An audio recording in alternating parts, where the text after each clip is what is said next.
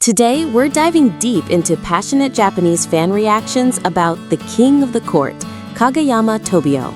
Let's check out what the community is saying about his struggles and growth. The moment Kageyama finally told Kendaichi and Kunimi, "Let's play volleyball again," he truly grew up. I was so happy for him. I love that this volleyball again moment was actually realized in a side story. Wait, I remember seeing it. Was it a limited exhibition drawing? Is it true that people who just got into HAIKYU can't see it? It's in the 10th Chronicle. The physical book might be hard to find, but there's a digital version. When the series was running, I always thought Kageyama was mostly to blame for their middle school breakup. But seeing the scenes about Kageyama hurting and Kendaichi struggling with practice volume made me sad. I'm glad they got to play beach volleyball with smiles. The line "You're slow" from Hinata's return match is epic.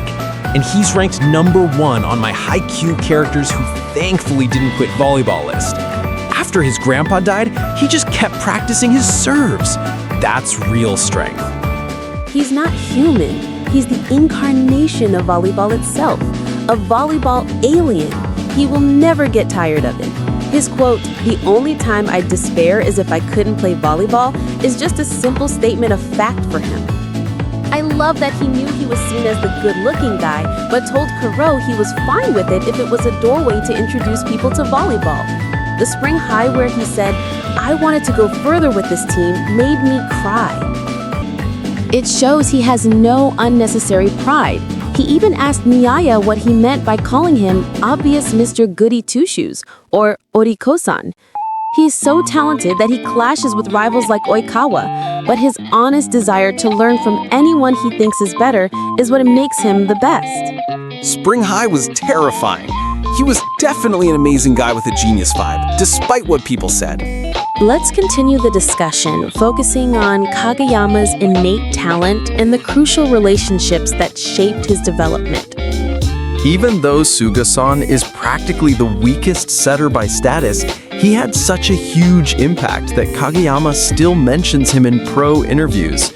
Kageyama has no pride, but his sheer talent clashes with rivals like Oikawa and Atsumu. It's amazing he has no unnecessary pride because he even asked Mia what he meant by calling him obvious Mr. Goody Two-Shoes. Though Mia just dodged the question. That open in the movie was too cool. It's totally cheating. I wonder what it feels like to run full speed, jump, and have the ball come right into the perfect spot. It must be the best feeling ever. I love the scene where he, Tanaka, and Hinata all think, "Noya-san, I've got your back," is so cool. His sensibilities are still pretty childish sometimes. Seriously, a first year who's never been to nationals getting a youth national team call-up is a pretty ridiculous bug. It was clearly a straight-up technical selection, nothing else. The fact that Karasuno was a fallen powerhouse meant that Kageyama had the space to rehabilitate. A strictly elite school wouldn't have accommodated his situation, and a total underdog school couldn't have pulled or pushed him. Because he's a grandpa's boy and has younger brother vibes, Kageyama is actually a good kid outside of volleyball. He respects his senpai, listens to his coaches, and even asked Oikawa for advice. He's the type to be liked by older people. The line "he's here" hitting the reader after Kageyama's past was revealed, it's so tough that his kind, energetic grandpa died before Kageyama could succeed as a player. He's the incarnation of the sport, despairing only when he can't play. But his intense seriousness is exactly why he sometimes floats away from others. That's a universal theme of adolescence that resonates so well. I know it's early, but I'm hoping the professional arc anime will feature Hinata as the protagonist, but Kageyama as the main player, just like Kenmo was in the movie. It would balance the focus perfectly. When you think about it calmly, it's pretty crazy that a first year who hasn't even been to nationals got a youth national team call-up. It was a clear-cut technical selection, nothing else. Thinking about it again, you're right. That's wild.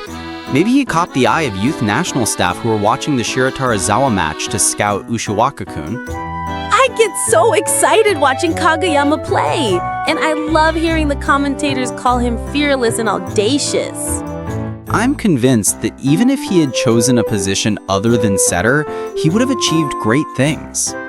The look on Kageyama's face after the youth camp, where he felt he had said too much, was painful, but it was great that he was blessed with good teammates and senpai.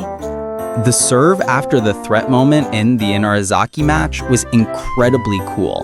That level of clutch serving on the edge of a cliff is professional mentality, yet he's just a first-year high school student. It's insane. Kageyama's mental state was really strained in middle school, partly due to Oikawa being too complicated and his grandfather passing away. I always wonder what the generation between Oikawa and Kageyama at Kitagawa Daiichi was doing. Reading it again, Kageyama isn't inherently an angry type. He's more mellow, and his sister seems to be the sharper one. While his ego comes out strong concerning volleyball, making him seem intense, his true nature is likely a bit naturally clumsy, relaxed, and focused on his own pace.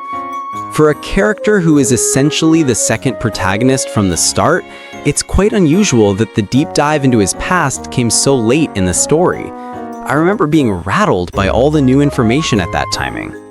He's the incarnation of the sport, despairing only when he can't play. But his intense seriousness is exactly why he sometimes floats away from others. That's a universal theme of adolescence that resonates so well. I know it's early, but I'm hoping the professional arc anime will feature Hinata as the protagonist, but Kageyama as the main player, just like Kenma was in the movie. That would balance the focus perfectly. All right, that brings us to the end of our deep dive into Kageyama Tobio's reactions. We hope you got some new insight into the king of the court. If you like what we discussed, smash that subscribe button for more anime deep dives. Thanks for hanging out with us. See you next time.